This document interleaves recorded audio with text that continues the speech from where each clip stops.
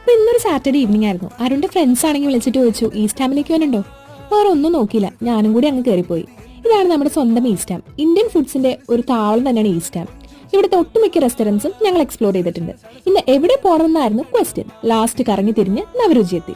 ഒരു കൊച്ചി സ്ട്രീറ്റ് വൈബാണ് ഇവിടെ ഫുള്ള്. ലണ്ടനിൽ തന്നെയാണോ എന്ന് ഇടയ്ക്കൊക്കെ സംശയിച്ചു പോകും. പൊറോട്ടയും കപ്പയും ബീഫ് റോസ്റ്റും മന്തി മിക്സും ചായയും കാപ്പിയും എല്ലാം തട്ടി ഫ്രണ്ട്സിനെ കൊണ്ട് നേരെ വീട്ടിലേക്ക് പോയി. ഈ ഫുഡ് എന്ന് പറഞ്ഞാൽ തന്നെ എല്ലാരും കണക്ട് ചെയ്യുന്ന ഒരു സംഭവം തന്നെയല്ലേ. അതിന് സീക്രട്ട് ഇൻഗ്രീഡിയന്റ് ഹ്യൂമറും ചിരിയും കൊച്ചു കൊച്ചു സന്തോഷങ്ങളും ഒക്കെ തന്നെയാണ്.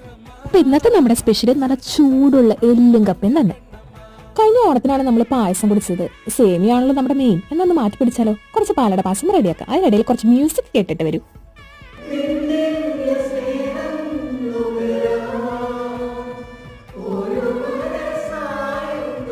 ലേശം മധുരം കൂടിയോന്നൊരു സംശയം. പായസം കുടിച്ച് മത്ത് പിടിച്ച എല്ലാവരും ഫ്ലാറ്റ്.